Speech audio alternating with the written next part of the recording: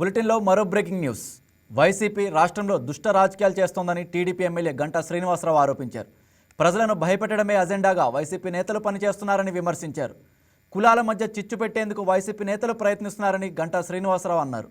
ముఖ్యమంత్రి చంద్రబాబుపై అనుచిత వ్యాఖ్యలు చేయడం సరికాదన్నారు. రాష్ట్రంలో అశాంతి సృష్టించాలని కుట్ర చేసిన వైసీపీని ఎన్నికల కమిషన్ నిషేధించాలని గంటా శ్రీనివాసరావు డిమాండ్ చేశారు. రాజకీయాల్లో మనతో పాటు భవిష్యత్తు తరాలు కూడా ఈరోజు ఒక ఆందోళనలో పడే విధంగా రాష్ట్రంలో రాజకీయాలు తయారవుతా ఉన్నాయి. చూస్తా ఉన్నాం.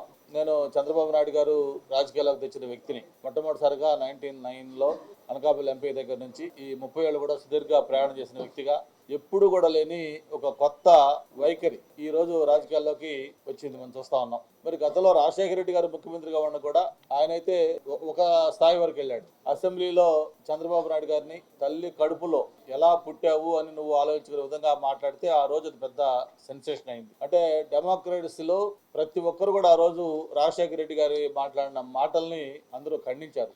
అంటే చివరికి రాజశేఖర రెడ్డి గారు కూడా బహిరంగ క్షమాపణ చెప్పాడు. ఆ విషయంలో నేను మాట్లాడిన ఉద్దేశం అది కాదు, నేను అలా మాట్లాడకుండా ఉండాల్సింది, నేను అలా మాట్లాడింది అది ఆయన మనోభావాలు కానీ చెప్తుంటే క్షమించని చెప్పి ఆయన బహిరంగ క్షమాపణ చెప్పడం కూడా జరిగింది. అంటే ఆ రోజులకి అది ఒక పెద్ద ఒక వింత పోకడ. మరి దాన్ని మించిపోయి ఈ రోజు రాష్ట్రంలో వైఎస్ఆర్ పార్టీ ఆవిర్భావం, ఆ పార్టీ ఆవిర్భావం కూడా ఎలా జరిగిందో ఒకసారి మనం అందరూ ఆలోచించుకోవాల్సిన అవసరం ఉంది. ఆ పార్టీ పుట్టుక, ఆ పార్టీ ఎదిగిన తీరు, ఆ పార్టీ 5 ఏళ్లు ముఖ్యమంత్రిగా జగన్మోహన్ రెడ్డి పనిచేసిన తీరు, ఆ తర్వాత ప్రజల చేతికారానికి గురయ్యి ఈ రోజు 11 సీట్లకు పరిమితమయ్యి అసెంబ్లీలో కూడా అడుగు పెట్టలేక ముఖం చూపించలేక సిగ్గుపడుతున్న జగన్మోహన్ రెడ్డి అధ్యక్షుడిగా ఉన్న వైఎస్ఆర్ పార్టీ, ఆ పార్టీ నాయకుల యొక్క వైఖరి ఏంటి, వాళ్ళ ప్రవర్తన ఏంటి, ఇవన్నీ కూడా చూసిన తర్వాత సభ్య సమాజం సిగ్గుతో తల ఉంచుకునే విధంగా ఈ రోజు ఆ నాయకుల యొక్క ప్రవర్తన ఉంటుంది. సరే, ఇది ఒక్కొక్కటి చూసుకుంటే మామూలుగా పెద్దలు సామెత చెప్తారు, ఆవు చేలో వేస్తే దూడ గట్టును వేస్తుందని అని చెప్పని. ఆ పార్టీ అధ్యక్షుడు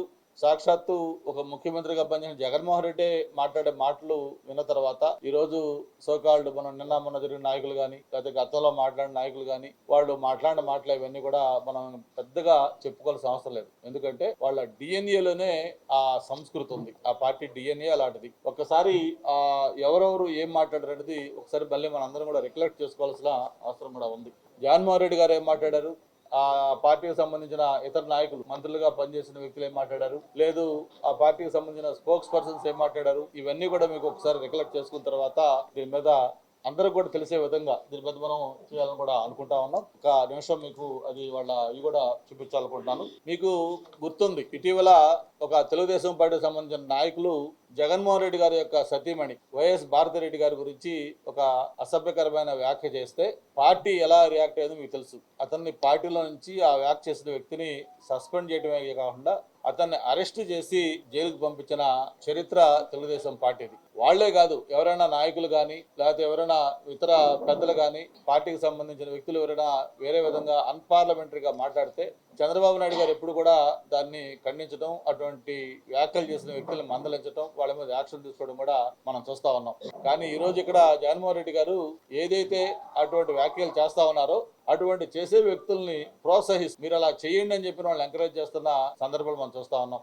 ఆ పార్టీకి ఈ పార్టీకి ఇదే తేడా అని చెప్పి కూడా తెలియజేసుకుంటూ, మరి మొన్న జరిగిన సంఘటనలు చివరికి కొంతమంది, నేను ఇప్పుడే లోపల టీవీలో చూస్తా ఉన్నాను, కొంతమంది వ్యక్తులు మాట్లాడుతూ ఉన్నారు. దీన్ని చివరిగా సోషల్ యాంగిల్ కూడా తీసుకొస్తా ఉన్నారు. అంటే ఏదైనా ఒక తప్పు చేసిన వ్యక్తి, ఒక పర్టికులర్ క్యాస్ట్, ఒక ఎస్సీఓ, ఒక బీసీఓ, లేదా ఇంకొక ఓసీఓ, లేకపోతే ఏదైనా ఒక వ్యక్తి ఉంటే చివరికి అది ఆ తప్పు చేసిన వ్యక్తి ఏ క్యాస్ట్ అయితే ఆ వర్గం మీద దాడిగా చిత్రించాలని కూడా ట్రై చేస్తా ఉన్నారు. Please subscribe to YK TV Network. Please subscribe to YK TV. Please watch YK News. Don't forget to subscribe YK News channel